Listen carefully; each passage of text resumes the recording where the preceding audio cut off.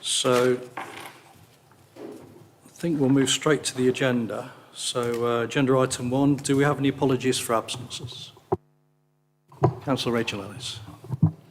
Thank you, Chair. Apologies from Councillor Ruth Strong. I'm acting as substitute. Councillor Mulvey. Apologies from Sam Smith and also from Stuart Bestwick, and I'm subbing for Sam Smith. Thank you.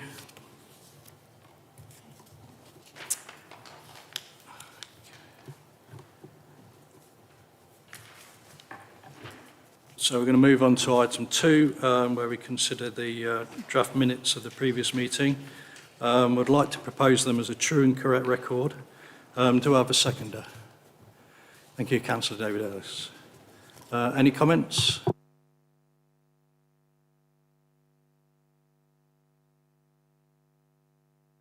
Okay, I can't see anybody indicating. Shall we go to the votes? So all those in favour of the draft minutes being a true record?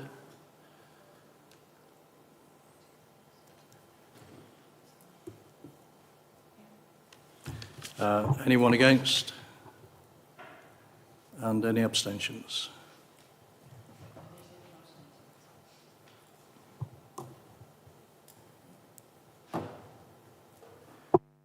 Thank you. That is carried. Can I bring your attention to the Planning Committee protocol? Please make sure that you are aware of it, familiar with it. Okay, so agenda item 3, are there any declarations? Oh, firstly, I think I should make a collective declaration on item 5, which is a Gedling Borough application, and it's on our land, so that's a collective non-pecuniary declaration. Any other declarations of interest? Okay, thank you. Shall we move to agenda item 4, which is at Woodborough Garden Centre, and I have a speaker on this item, which is David Lazenby, who is the Property and Concessions Director of British Garden Centres, and he is speaking on behalf of the applicant. Would you like to approach the lectern and press the button and speak when ready? Good evening, Planning Committee members. My name's David Lazenby, and I'm the Property and Concessions Director for British Garden Centres. I'm here today as it really matters to me that I seek your support for our application to erect 2 open-sided plant canopies at Woodborough Green Garden Centre. Prior to joining the British Garden Centres family in 2022, the site was known as Timmermans, named for the family that ran the business for over 30 years. Their history in horticulture and rose cultivation stretches back to the 1880s. Our plans for the centre seek to continue and protect this legacy, maintain the presence of horticulture at the site for years to come, and to safeguard the employment of 48 local people.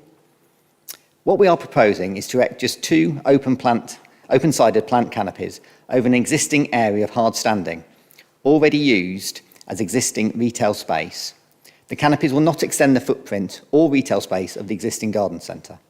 The canopies will use to display plants, and in particular bedding plants, at the garden centre, as well as creating an all-weather route to the existing World of Water Aquatics building.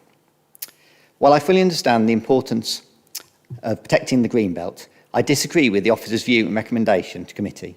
I believe that precedent for very special circumstances has been established, and that our necessary proposals would not be detrimental to the openness of the green belt. I would draw the committee's attention to the letter of support submitted by Councillor Jodie Stoll, the County Council Division member for our centre, who wrote, "It is clear to me that the benefits of the proposal outweigh the negligible impact on the green belt," and we agree. In the age of online retail, customer experience is at the heart of maintaining a viable business as a bricks and mortar retailer. The canopied area proposers will make a shopping experience more accessible and enjoyable, allowing our local business to compete with large online retailers and safeguard the employment of local people. I hope they have clearly demonstrated the merits of the application, and I urge committee members to vote for approval to support the viability of our local business. Many thanks for listening. Thank you, David.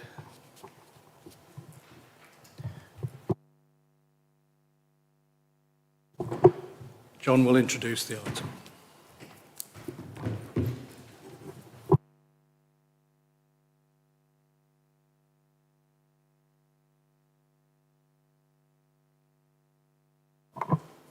Thank you, Chair.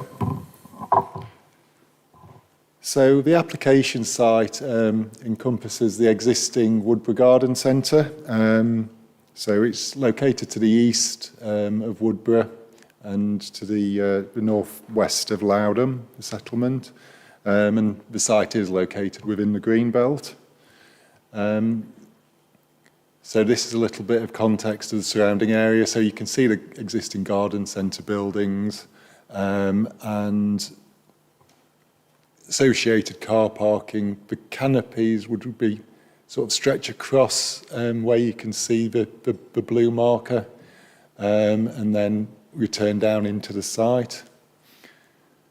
So that's the existing site plan. There's two existing canopies which appear between the buildings.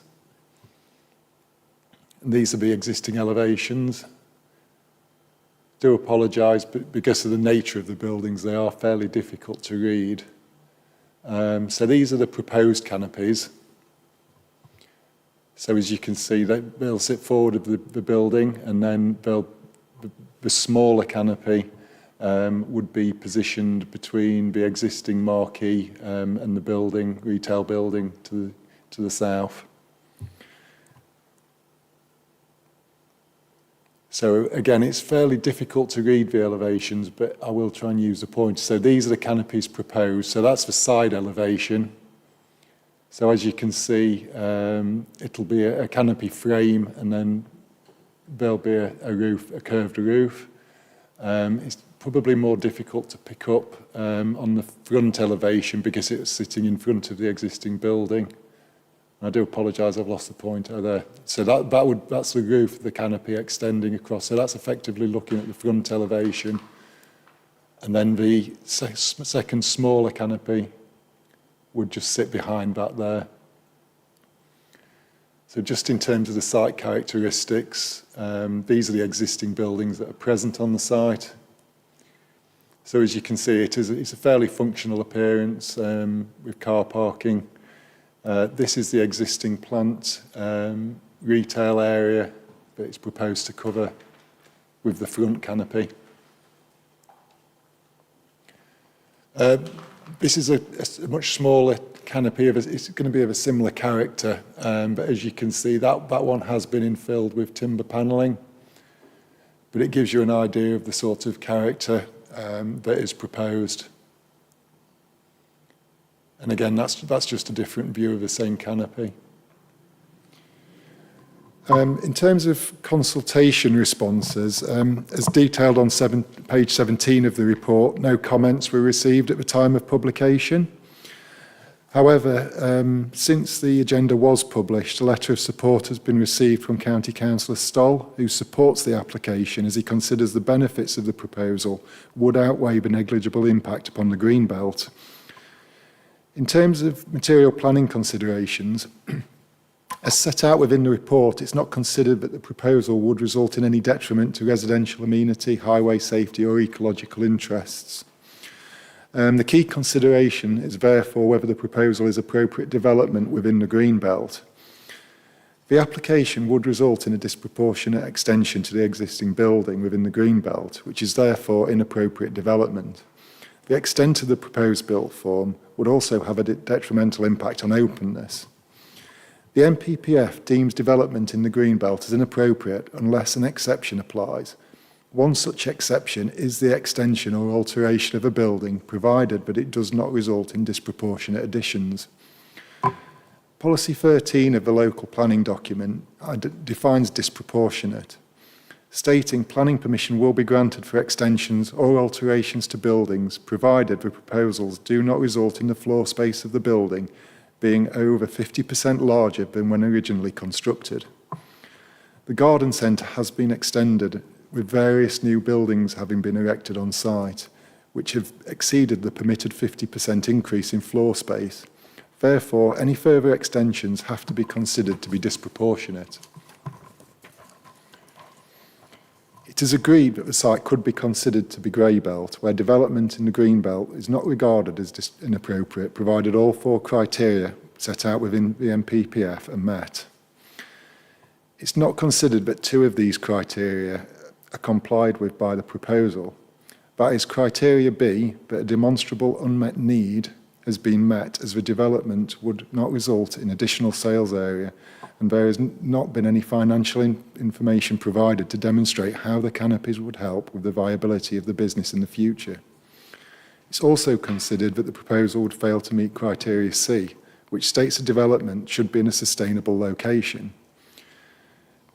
Paragraph 115 of the MPPF states that sustainable transport modes should be prioritised, taking into account the vision of the site, the type of development and its location.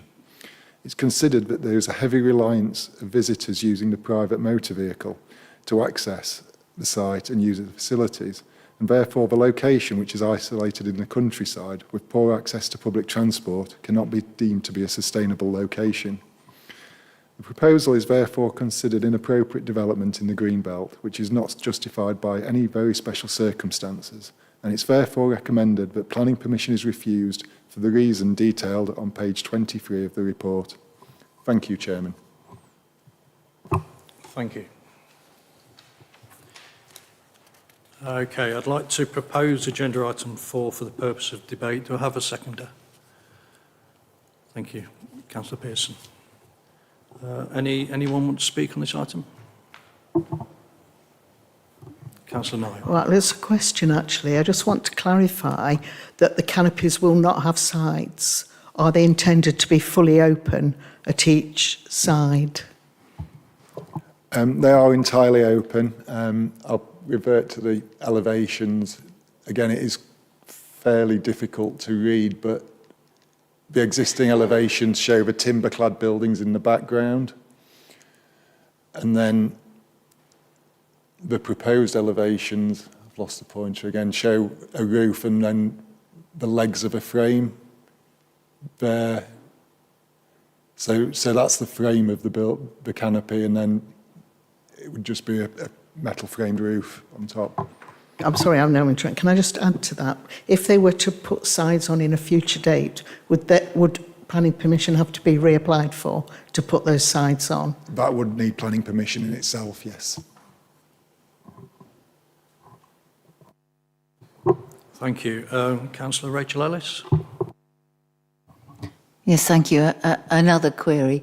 Am I correct in my assumption that the proposed canopies are going to cover an area which is already under concrete and is already used for plants and sales area?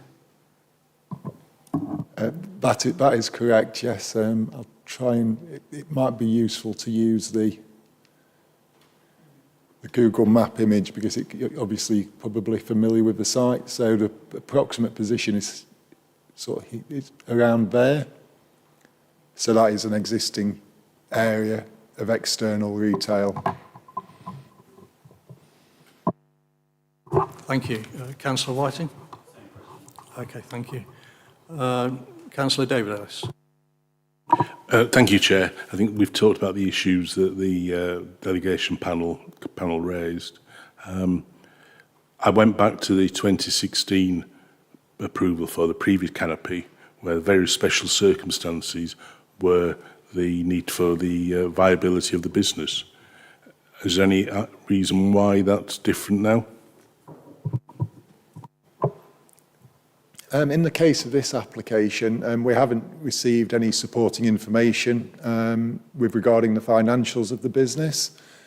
The area is already being used as part of the garden centre. We have to acknowledge that. So that is being successfully used for retail purposes, but we've not had any information of how this proposal would support the ongoing viability of the business financially.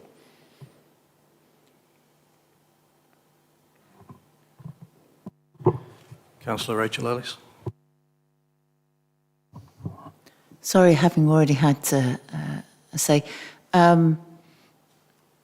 I believe I did hear in the statement given to the committee today that the company consider that they need to be able to compete with online businesses and that they feel they need to be able to make a more comfortable and acceptable customer experience in order to encourage people to attend their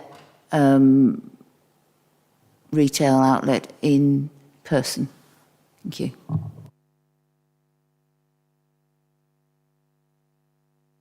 Okay, thank you for that. Any other? Councillor Greensmith. Again, this is another question. I don't know if you know or not. How many canopies have the garden centre currently got?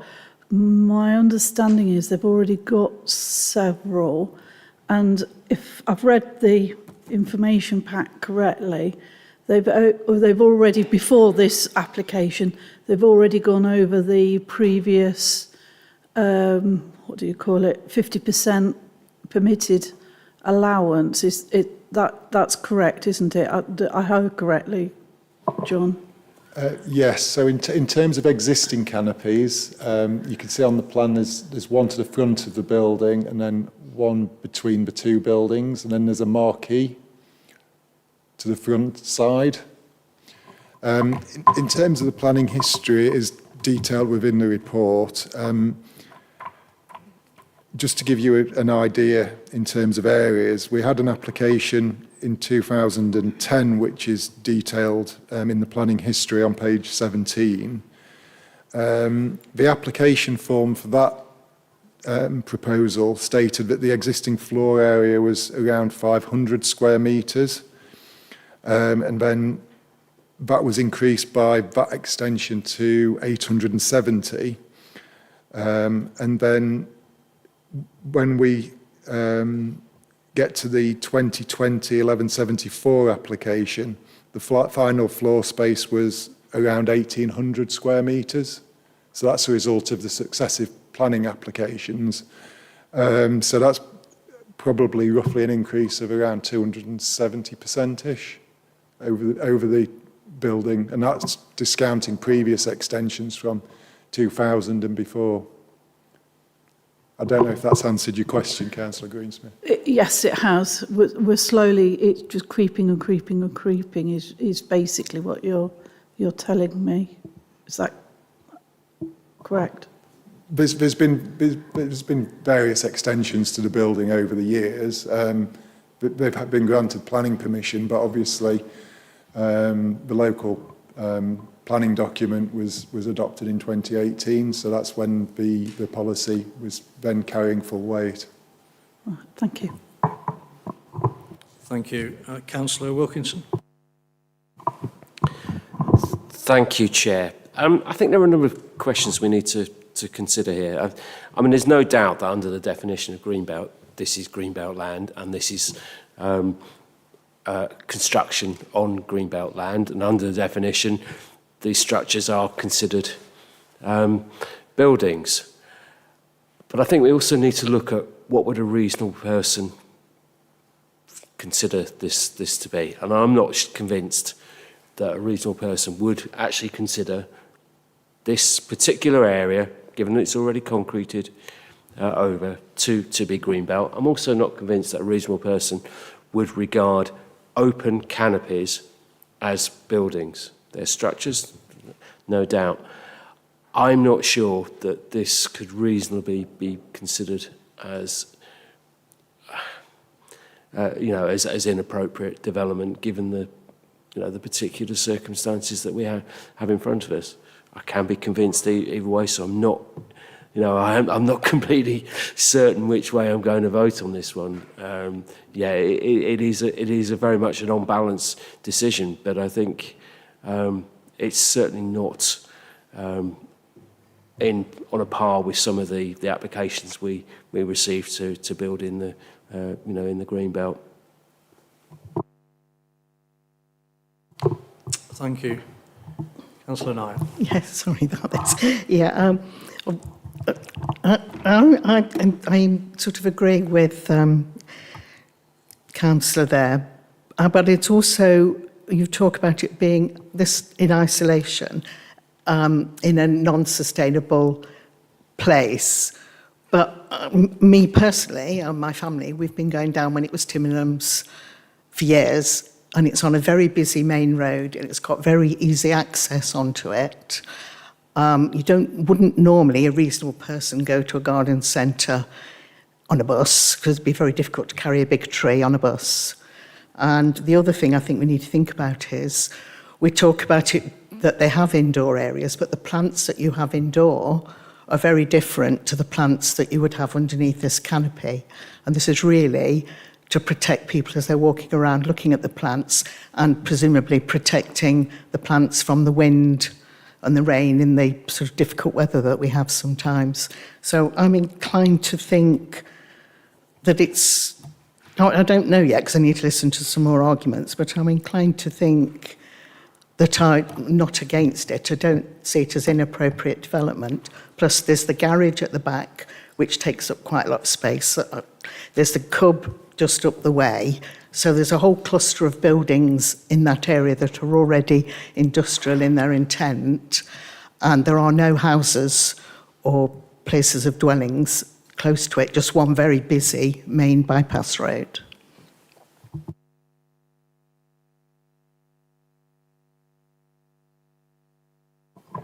I do understand all the comments from members, and we don't want to appear irrational as officers.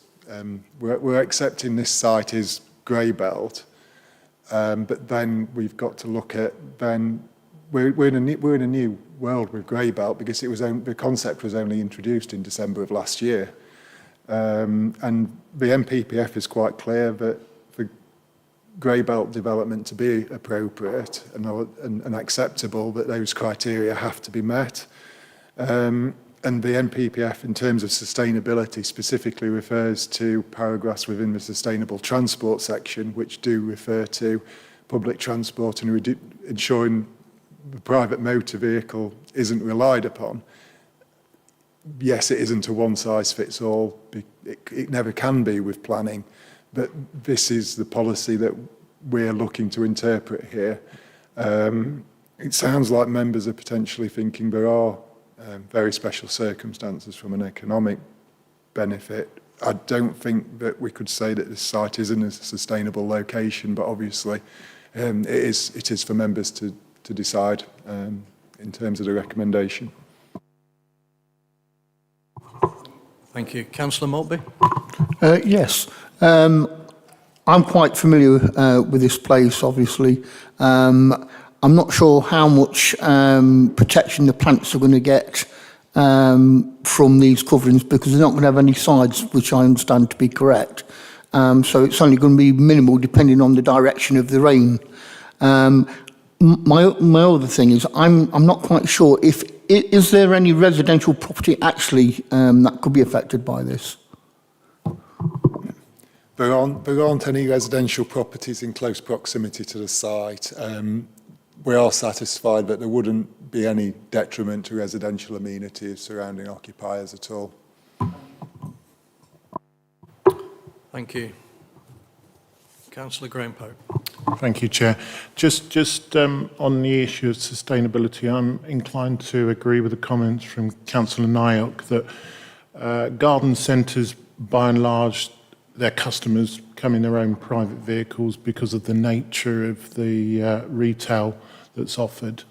As Councillor Maltby has indicated, I'm also quite familiar with this as a retail outlet. It is a very busy place.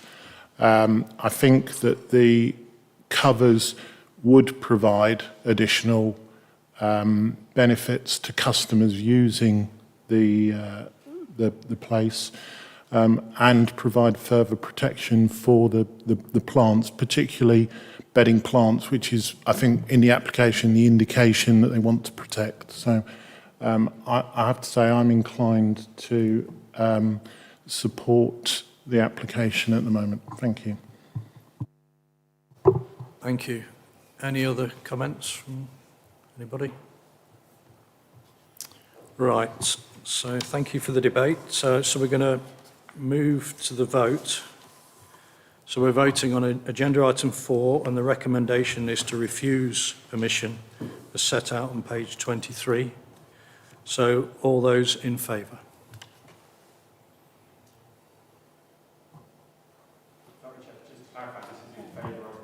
Yeah.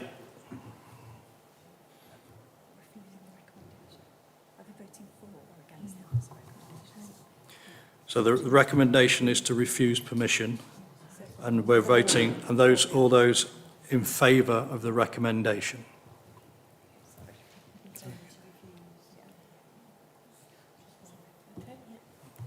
All those against?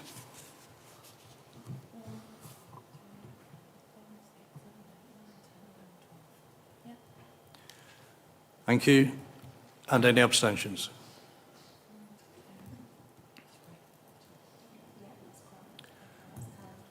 Thank you.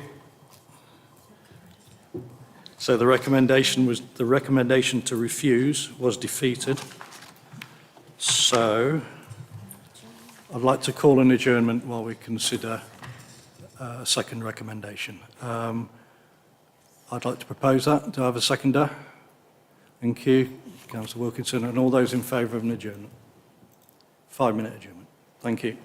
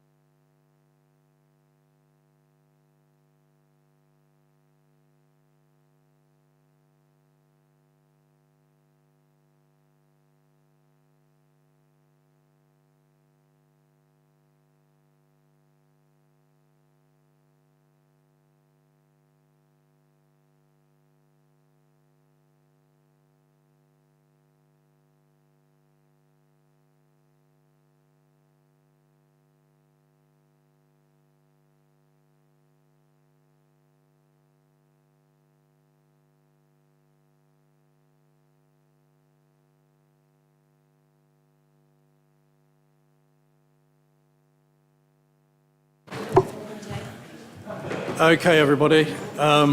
Just like to bring the meeting to order again.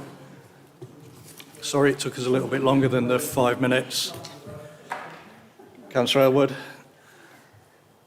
Okay, right, so we have a new motion now where we consider the reasons to grant the application and also conditions as well. This will be introduced by John. Thank you, Chair. So during the debate, there was a discussion around the economic benefits of the proposal, which could suggest very special circumstances.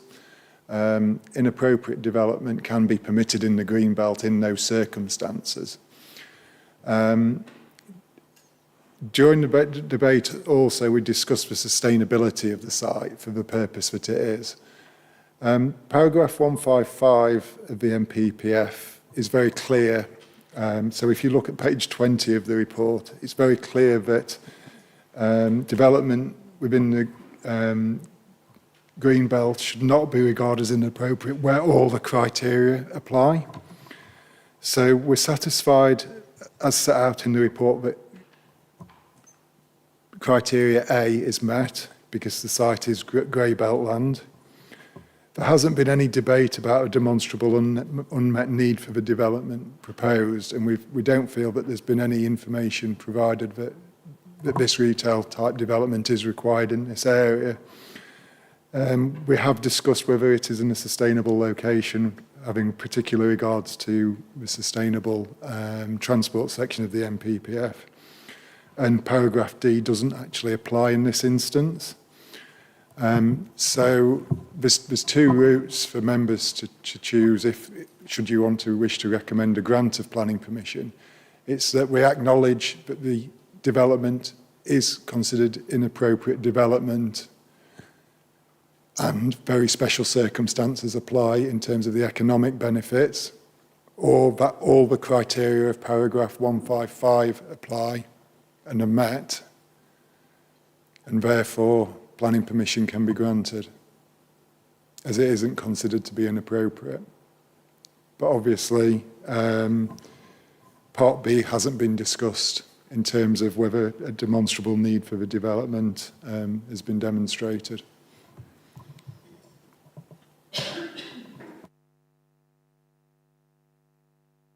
Are we going to discuss the conditions now, or? In terms of conditions, Chair, I'd recommend just two conditions to be imposed should planning permission be granted. The first would be the development permitted shall commence before the expiration of 3 years from the date of this permission. And the reason would be to comply with the requirements of section 91(1) of the Town and Country Planning Act as amended. And then the permission shall be read in accordance with a list of plans submitted to the local planning authority. And that would be the site location plan, proposed site plan, proposed floor plan, proposed roof plan, and the proposed elevations in accordance with the drawing numbers. And that's for the avoidance of doubt and to define the permission. Thank you. So it's a new motion, so I'd like to propose those reasons, which was the development is appropriate because of very special circumstances, and paragraph 155 is met, and that they can... Okay, so we're going to discuss whether development is appropriate due to VSCs, very special circumstances. And so it's a motion to discuss this, or paragraph 155 is met, and the conditions are that it is started within 3 years and that the plans are agreed.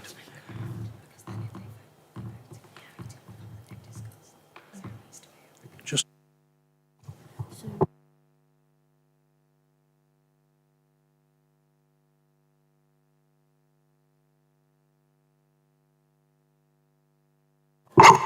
sorry about that.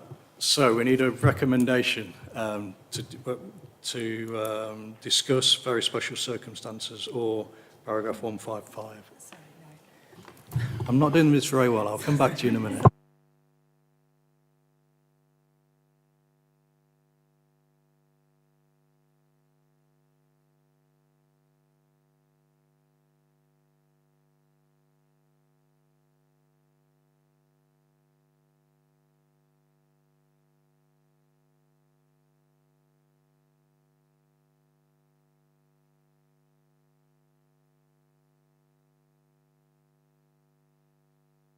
I'd just like to propose a 5-minute adjournment. Do I have a seconder? Thank you. Any all in favour? Thank you.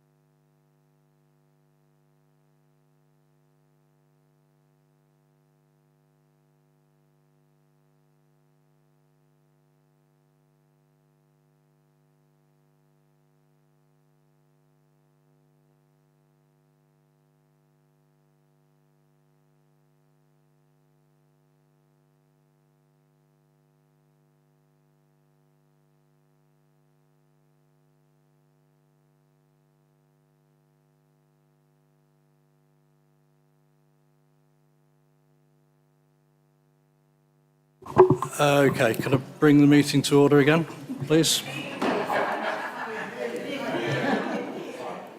You might get another chance.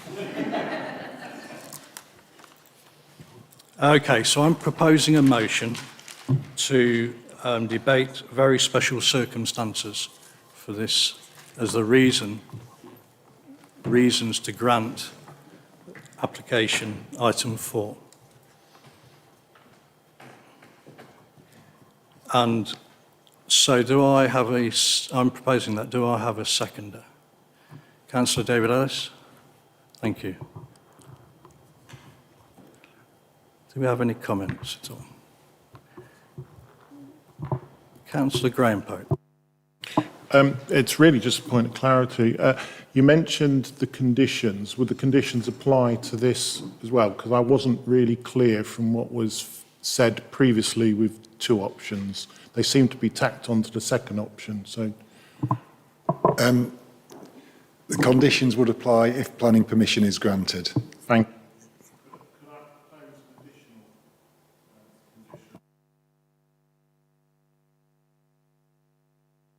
Or shall I wait? Shall we wait first? You could propose that condition if we get to the proposal to grant. Okay, Councillor Catherine Pope. So I think that in looking at on page 26.5, that's the reason for saying special circumstances didn't apply was looked at very narrowly.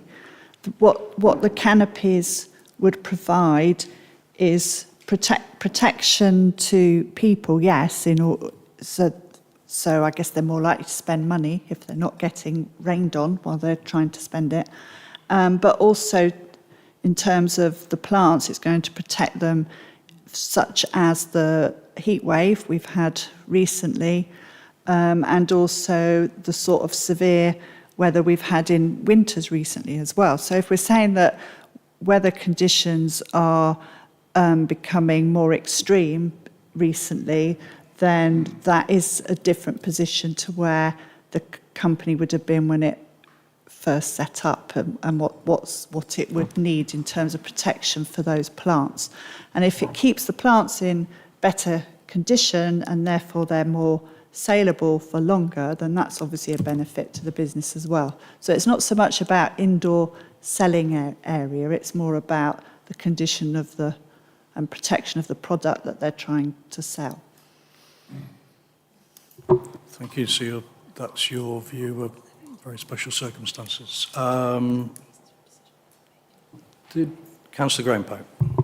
Just extending that, personally, I think that would make the business much more sustainable as well, because they'd have better quality goods to sell, and that would attract or continue to maintain the footfall that they're currently receiving.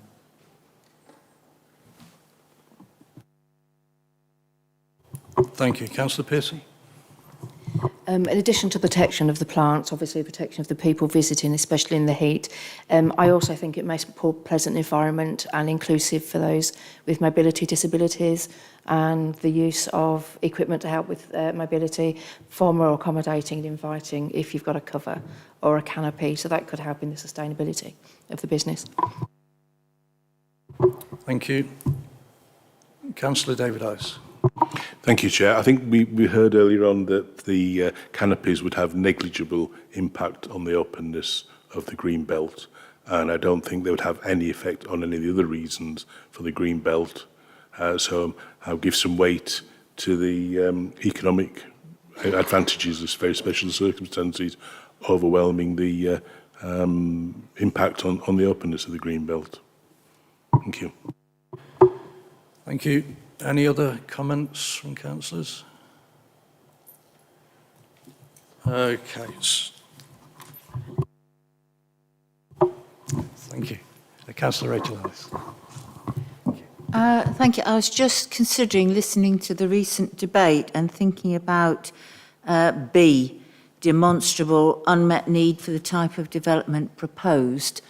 It did occur to me that as we are going through a period of climate change, what was discussed, there is an increasing need for this kind of protection for plants, which was not necessarily present before, in order to sustain the business.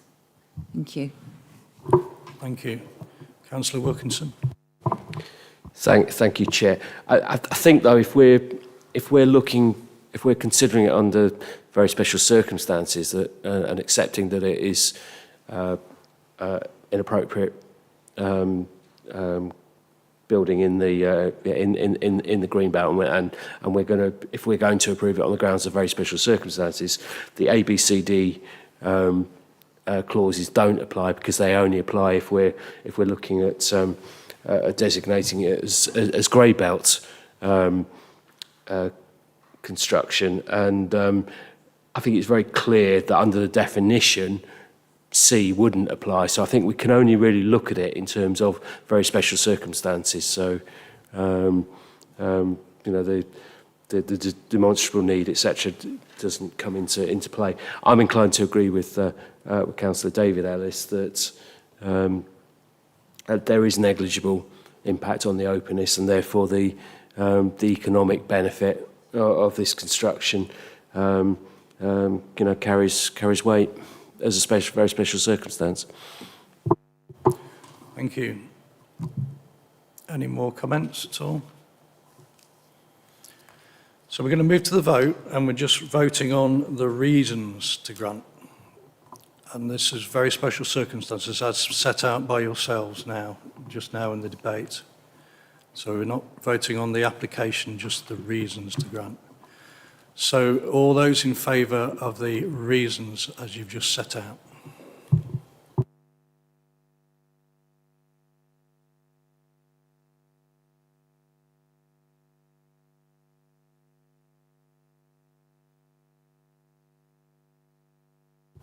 Thank you. All those against?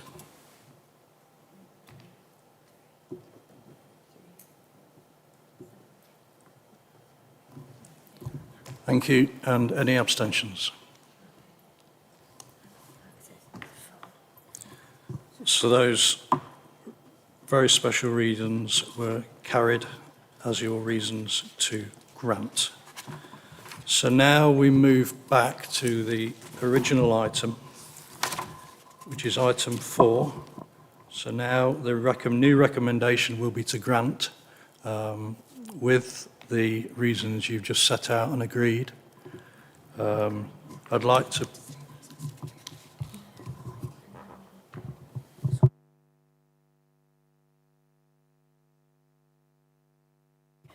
So before I propose it, John will introduce the conditions.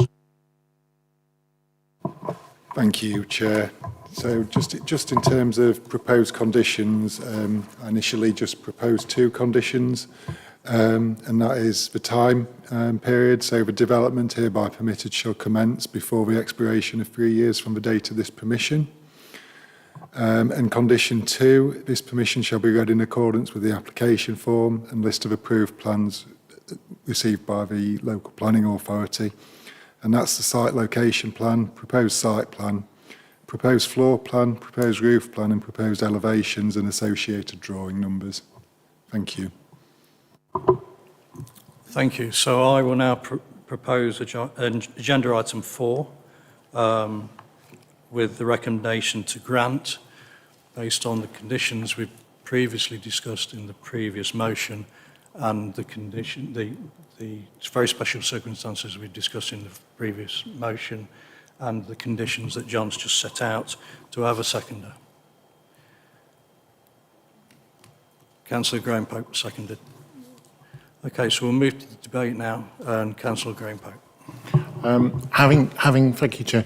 Having heard the conditions read out again, I'm not sure that what I was going to propose as an additional condition is necessary, but I am mindful that we're accepting the development of canopies, and that one of the canopies is already partially boxed in. So one of the existing canopies, the east end of it, has in effect 2 partial walls, and I do have some concerns that there shouldn't be any further creep of either existing canopies being boxed in or the new canopies when they're developed. Now, you may feel that that's covered by the second condition you read out. My query is whether we need to add something in about further developments or apparent boxing in of the canopies and therefore de facto creating a room. Obviously, that would be a decision for members, but I'm satisfied that planning permission would be required if the sides were to be infilled. So they are fairly substantial in scale in terms of the canopy. As you can see there, that's the side elevation and the existing buildings here.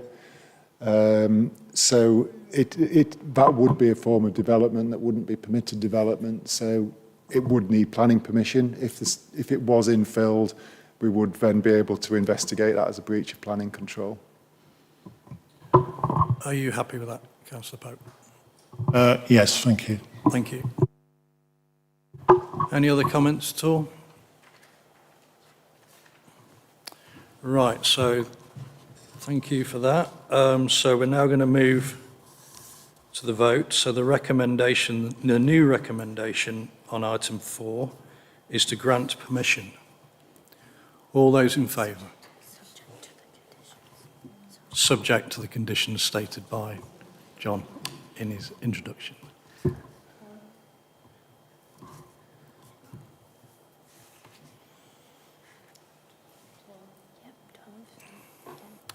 All those against?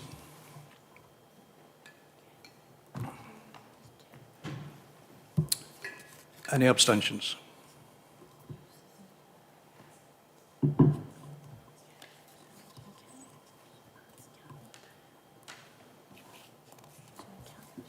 So that's carried. Permission is granted. Thank you.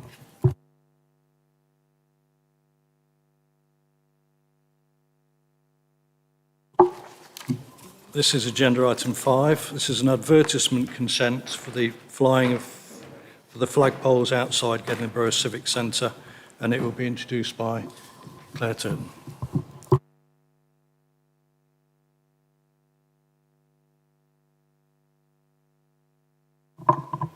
Thank you, Chair.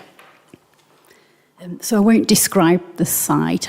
It's pretty sure members are well aware of the site at the front of the building, but basically it's a roundabout in front of the Civic Centre, and as you can see there are already a number of flags at the site. So advertisement consent is being sought for, and I'll read the application description, display of one of the following flags on a flagpole: Pride flag, Progress flag, Windrush flag, VE Day flag, D-Day flag, including any future versions. And these are the elevation plans, if you like, the designs of the proposed flags. So the first thing to know is that the display of flags is actually controlled by the advertisement regulations. And the main thing to get your head round with the background to the advertisement regulations is that it sets out that there's 3 categories of flags. And I'd point members to section 5 of the committee report, which sets this out in detail. But to summarise, the 3 categories of flags are: number 1, flags that are exempt from control. And these are flags that can be displayed without the need for any advertisement consent. And these cover things such as a country's national flag, country's national flag of any country, a flag of any county or borough, and the Armed Forces Day flag. Category number 2 is flags that require deemed consent. And these cover certain types of flags such as the traditional pride flag, but only when they meet certain criteria, one of which is that no part of the flagpole may be more than 4.6 metres above ground level, and the flagpoles outside the Civic Centre are approximately 7 metres. And then category number 3 of flags that require express consent. So this is all of the flags that aren't in parts 1 and 2, and they will always require advertisement consent from the local planning authority. And the other important thing to note from the advertisement regulations is that it states that advertisement consent applications can only take into account 2 factors, which are amenity and public safety. So with regards to visual amenity, the flags are to be displayed on existing flagpoles, where existing flags, most of which don't actually require consent, are already displayed. And it's not really uncommon to see flags flying outside of public offices. We consider that the scale of the flags do not dominate the other flags displayed at the site, and they don't dominate the host building or the surrounding park area. And with regards to public safety, the Highway Authority has raised no objections to the proposal, as the flags are on private land and are not visible from the public highway. So to conclude, the proposal does not have an unacceptable impact on amenity or safety, and our recommendation is to grant advertisement consent. Thank you, Chair. Thank you. I'd like to propose agenda item 5 for the purpose of debate. Do I have a seconder? Thank you, Councillor David Ellis. Does anybody want to speak on this item? Councillor Maltby. Hello. I've got no particular objection to flags being flown. However, I'm not sure if this is a retrospective application, because in recent times, I mean quite recent, a couple of the flags have already been flown. So did they have permission or not? Yeah, so this application did come in, as you can see on the photos, when the Progress flag was being flown. So in that respect, it is retrospective, or I do believe that's been taken down now, and the Armed Forces Day flag is up, which doesn't actually require consent. Okay, I'm just obvious, we need to make sure here we're observing the same rules as the public. My other question is, and this is my first time on planning, so please excuse my ignorance, I can't see the mention of St George flag. I don't know if that's an omission or I just can't see it. Yeah, that wouldn't require consent. That would come under category number 1 of flags that are exempt from control, so that wouldn't require consent. Thank you. And speaking on behalf of the veteran community, maybe we should consider, probably not now, but in the future, a VJ flag as well, because that often gets missed.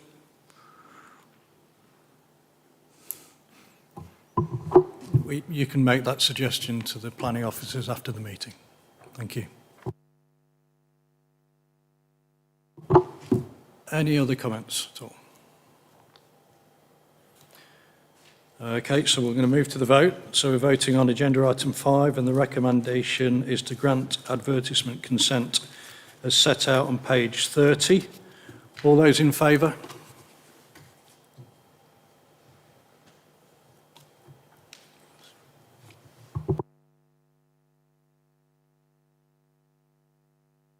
Thank you. That's unanimous, so that's granted.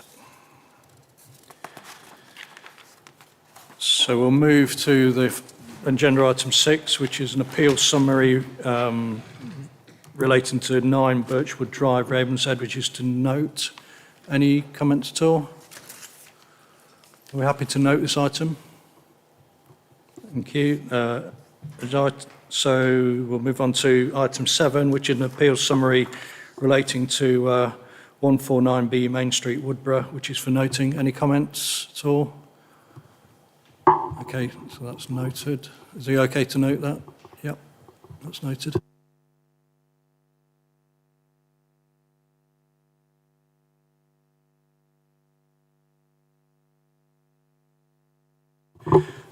So item 8 is an appeal summary relating to Urnhill Lodge Nursing Home, Furlong Street, Arnold. Do we have a comment? Councillor Wilkinson. Thank you, Chair. We got ourselves into an unnecessary mess with this application. The committee received clear advice from the officers, including the advice that there was the potential for costs to be awarded against us, but in its wisdom, the committee decided to ignore that. I was one of those who supported the recommendation to grant, not happily, but because I could see there were no valid planning reasons to refuse the application, and I was very wary of the danger of costs being awarded against this council. So very unnecessarily, this has cost us a significant sum of money, and I think it shows that we need to take great attention to some things that we are being told by officers, and when we are given clear guidance on something and the potential consequences of our decisions, we need to take note of that. Thank you. Any other comments? So we're happy to note this item. Thank you. Item 9 is future applications, which is for noting. Any comments at all? So we're happy to note that one. Item 10 is the planning delegation action sheets, which are to be noted. Any comments at all? Happy to note that. Yeah. And finally, I have no urgent business, so I'd like to close the meeting. Thank you for your patience, and thank you for attending. And good evening.